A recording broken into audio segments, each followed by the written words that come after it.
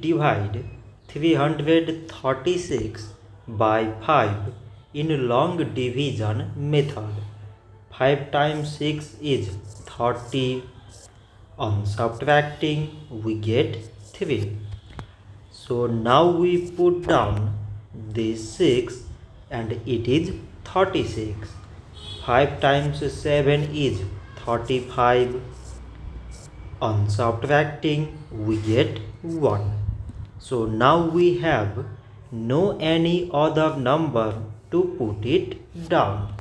So we take here decimal, so that we put 0. So it is 10 and 5 times 2 is 10. On subtracting we get 0. So 336 divided by 5 is 67 decimal 2. So this much for today and thanks for watching.